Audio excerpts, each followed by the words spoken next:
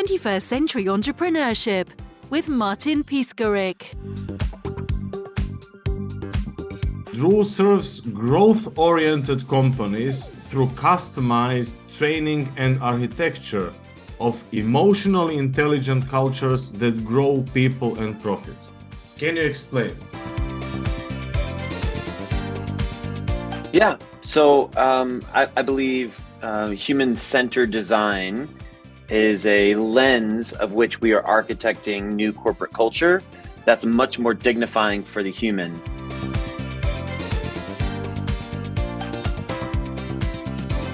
So ultimately, a lot of the things I get into are about opening up the responsibility that leadership has to the entire workforce and using human-centered design for the workforce in the same way we're using human-centered design for technology.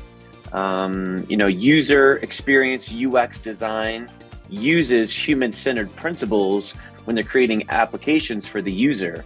And I believe the same data needs to be used to create very emotionally intelligent cultures internally, that the workforce will be dignified with value while we're also dignifying our user with value, right? So it's just about making companies more human-centered and understanding that we don't have to forsake caring for people to try to grow profit, that we can grow people and profit at the same time.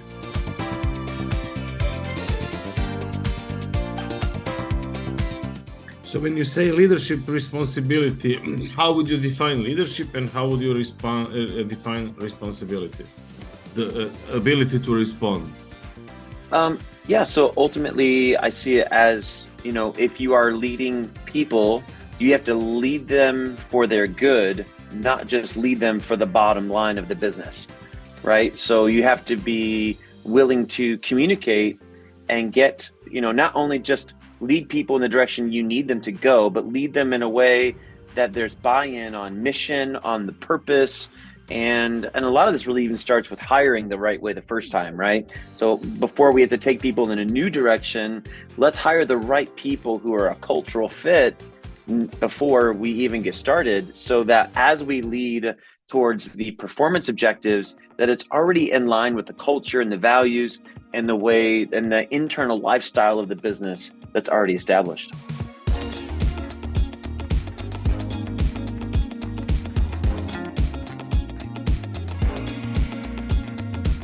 Well, there's a lot shifting in the market right now when it comes to really creating a competitive edge. And of course, as entrepreneurs, we're all trying to create a competitive edge.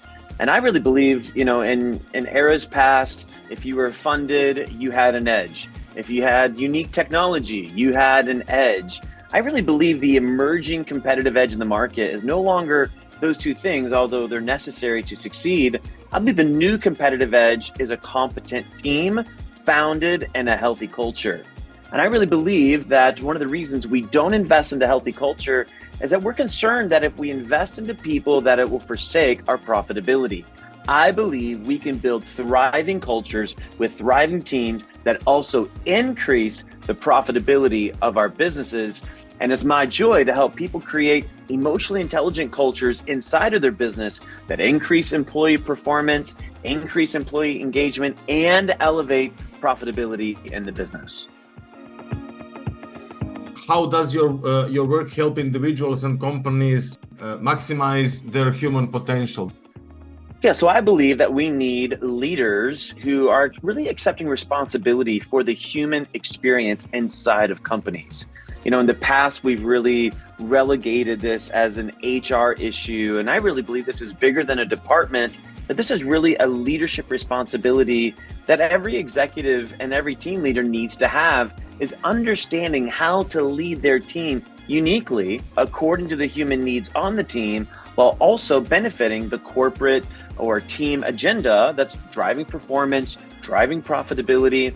We don't have to forsake one for the other, but there needs to be a shift where we architect a culture that allows our leadership skills from a human point of view really elevate and allow us to dignify humans with value and have profitability. I've seen it for so long. It was just about, hey, the best team was the team that was most competent in their hard skill. And I believe that the metrics are increasing in the sense that we now need to measure the emotional intelligence of the leader.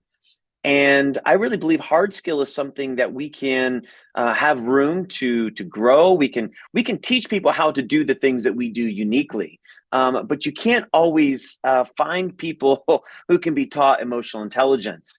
And so we've called this soft skill in the past. I just call it human skill. And we need leaders with human skills to lead very unique and complex social dynamics, emotional dynamics that will allow our teams to perform at a level that they've never performed before. When you say leadership skills, can you share with us some of the skills examples on the hard skills level, social skills level, and personal development skills level? And when we're talking about, leadership, obviously from a social standpoint, we're really needing for self-awareness to really increase.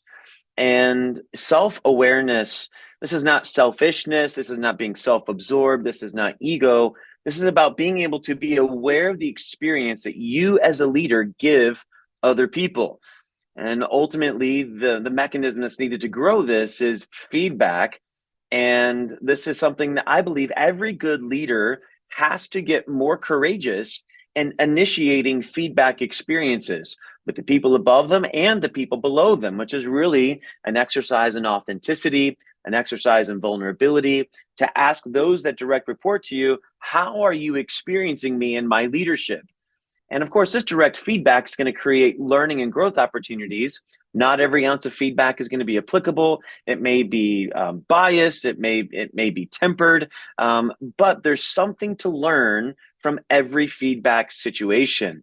And I find that leaders, when they grow in their self-awareness through feedback exchange, they're then able to really then understand how to self-govern. Once I become self-aware, I can then make choices about how I will change and adjust the experience I give to my team according to the needs of the team, and of course to the needs of myself as well. Every human has a set of needs on the table, and we're all in process of negotiating those needs to be met while the overall team goal is also met. This is brilliant leadership at its finest when we're talking about soft skill. Of course, when we're talking about hard skill, it's, do you know the technology? Do you know the platforms? Do you have a specific expertise in your industry that allows you to have a valid opinion about how, the skills and the applications come together? The soft skill, this human skill, is about knowing how to meet the needs of people, lead them to the end goal, and everyone have a win.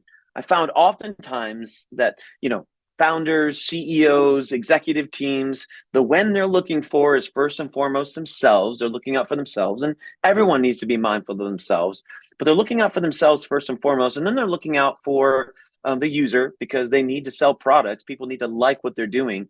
And then they're also looking out for their investors. And oftentimes there's a gap between those at the top and the end user. And the space between that are all the humans who are your operators. These are the people who actually make it happen. And as decentralization and some of these other big concepts begin to emerge in the market, we're realizing that every stakeholder has to be thought of when decisions are being made, so that everyone ultimately can win according to the terms of agreement that people are making in advance for what's going on. And so I see that leadership edge starting with that self-awareness, going to self-governance, which changes the experience that people have and really increases boundaries, which are very, very healthy for everyone to know where everyone's limits are, how to communicate with one another, and how to make sure that we're maintaining some form of healthy connection, and not just, hey, you're transacting over here, I'm transacting over here, and as long as we don't cross wires, everything's going to be fine. That's a very inhumane way of looking at leadership and performance. And so how do we maintain connection, and how do we increase performance of the organization through connection is a very, very interesting opportunity that I believe is here right now in the market. And really the emerging workforce that's showing up is demanding it. There's a new set of values that they're coming with, and they're really increasing the emotional and social demand on leadership. They want a different culture. They want different agreements. They're not incentivized the same way that workforces in the past were incentivized. And so we're finding out there's a much higher purpose incentive. There's a much higher shared connection incentive. People want to have meaning. They want to know that there's some type of greater good that is being accomplished in the process of these products or services being created. And they want to be aligned in that direction towards those things. And so we're needing leaders who understand the why, the meaning behind the company, and then leading their teams on that mission that then also creates this product or service with that outcome.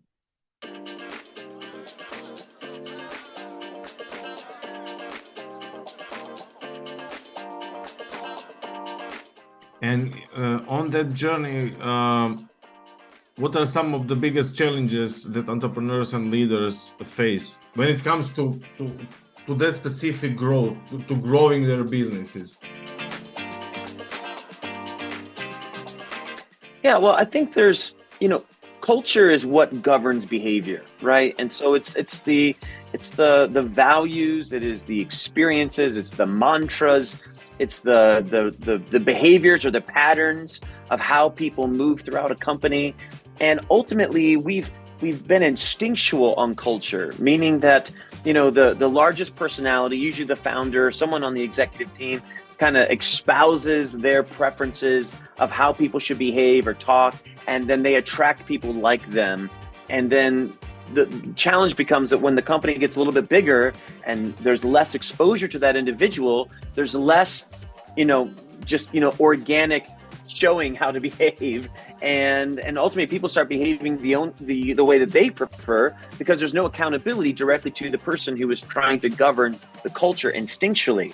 I believe we need intentional cultures, which means we need to be aware of the human experience in advance and really perceive what type of human experience we want to create inside of our company. This requires, us to be mindful of what an intentional culture looks like that we, as a leader, would prefer to lead, especially as an entrepreneur or a founder, because we know any entrepreneur who has goals to really grow, they're going to need a team to get there.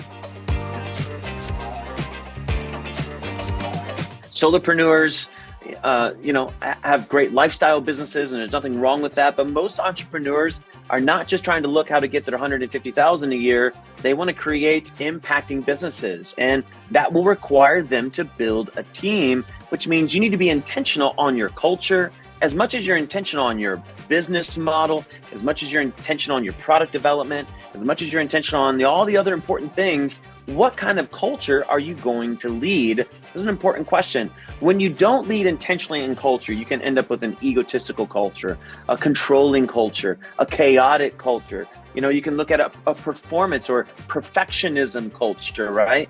And it'd be terrible if you had a contradictory culture, meaning that there's different rules for different people. And so all of a sudden we're a hypocritical culture, if you will.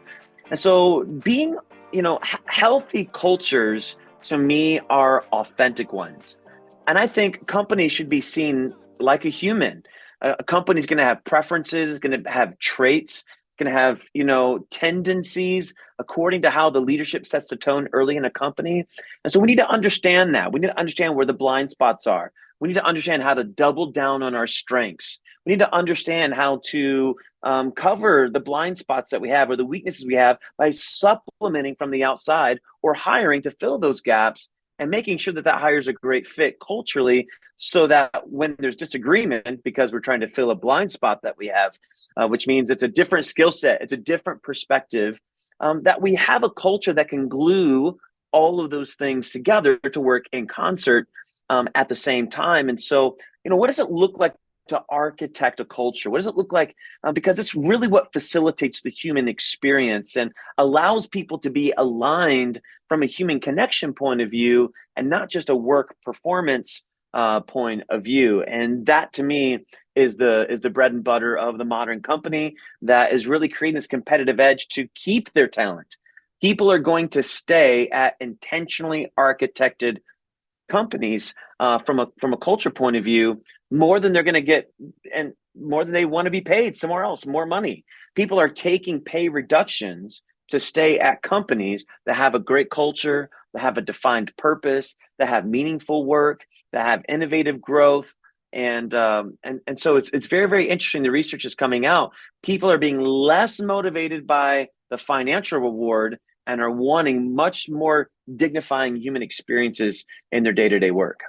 How your company has helped companies scale their businesses based on what you just shared with us?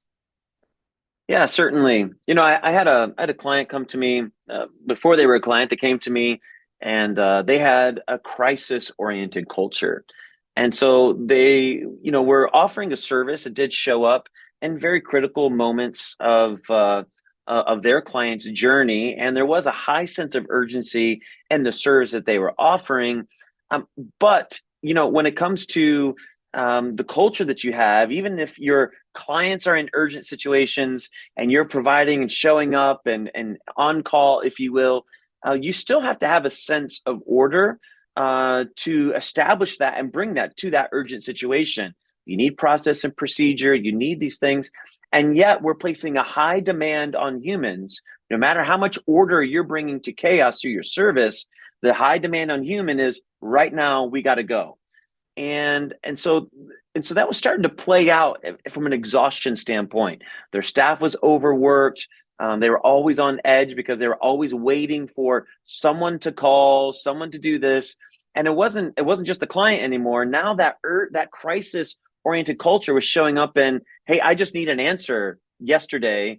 And it doesn't matter if it's Christmas Day, 10 o'clock in the morning, I need an answer because we're just assuming that everything's a crisis now. And so we had to really go in and understand that, the leader had built a company in this situation because they were the type of personality that rises to the occasion in crisis. They perform really, really well in crisis. If some of you guys are familiar with the DISC assessment, this was a very high D profile, and they loved crisis. And so they were willing to tolerate crisis behavior in non-crisis situations simply because they thrived in crisis. They enjoyed the challenge. And so it became very toxic and very unhealthy. And so the company had seen some incremental growth, but their burn rate through people was just overwhelming. And so we showed up, and over a year and a half's time, we ended up doing taking them through our deepest program. We're really able to really architect very authentic cultures. And then we're able to take everything from just coaching the founder all the way to implementation, team wide inside of companies. And so we were able to go on a very long journey with this organization. And we were able to get them to grow, 5 times over that 18-month period, simply by implementing better human process inside of their company.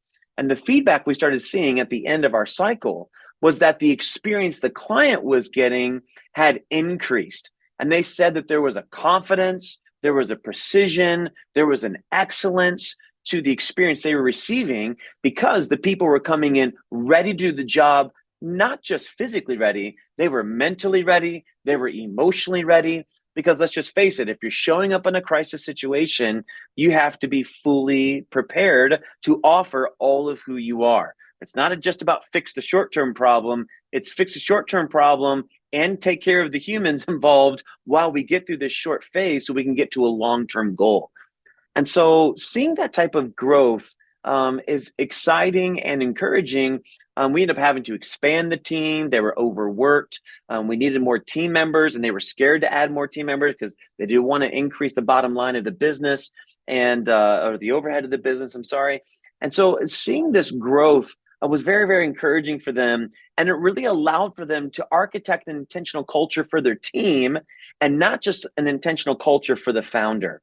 And so the founder was willing to make adjustments and willing to find their space to thrive inside of the company, still have those big moments, still be able to rise to the occasion when they felt like they needed to get that rewarding sense out of their the meaning of their work, and yet also us be able to create a safe environment for the employees to be known, to be cared for, to be mentally ready for their job, and to sustain that over time. And so when you start to see results like that, it's very encouraging, because the lie that many founders are believing is that if I take time to take care of people, it's going to be a waste of time and a waste of money, and I won't make any money, which then I won't have freedom for my own time. And I really believe that in today's markets, that things are shifting and people are wanting to do business with businesses that are dignifying humans. And so I really believe it's a competitive edge. This is not about social good. And, Tom Shoes is the famous socially conscious, startup business. And so many businesses have now followed suit of having some type of social good, outcome connected. For every $10 you spend here, 25 cents is going out this way. And those bolt-on situations of outflow of capital to a nonprofit, that's nice. But people are now really wanting to know, what's the meaning of our group, of our interaction as a team? What's the higher meaning of why we exist as a company, and are demanding it today? And there's also now, consumers, clients who want to do business with companies who are mindful in that reason. And there's a high loyalty to businesses that are committed to being dignifying to every human involved. And so I believe there is a real opportunity in the market to shift and to go this direction and to double down on it, not resist it.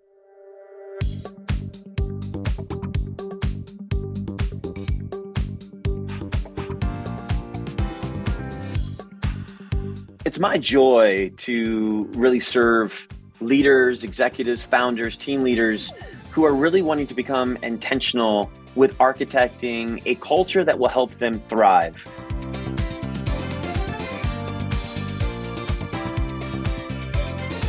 A culture that will increase their workforce engagement, increase profitability.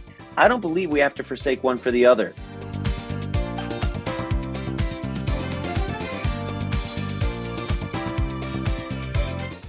And I believe that if you're looking to understand how to intentionally architect a culture that is thriving with people and thriving profitably, we'd love to work with you and show you our framework. We have a 5-step process that we take companies through that allows them to really dial in a very customized, self-discovered experience.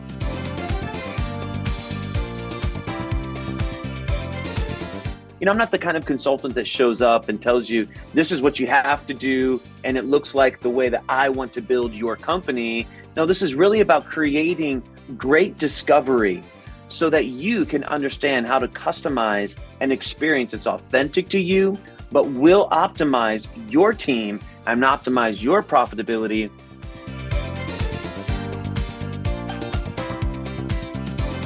And so I'd love for you to go to drewneal.com. I do a lot of keynote speaking events, so maybe you'd like me to come and speak at your event and introduce these concepts and principles wide to the company and start to create the buy-in process. Or maybe you're already there and you want to workshop and start to meet with your executives and start to architect.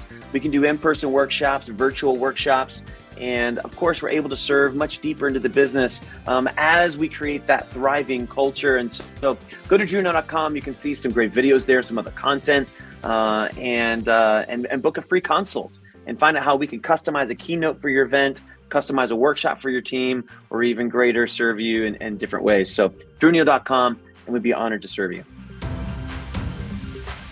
21st Century Entrepreneurship with Martin Piskarik.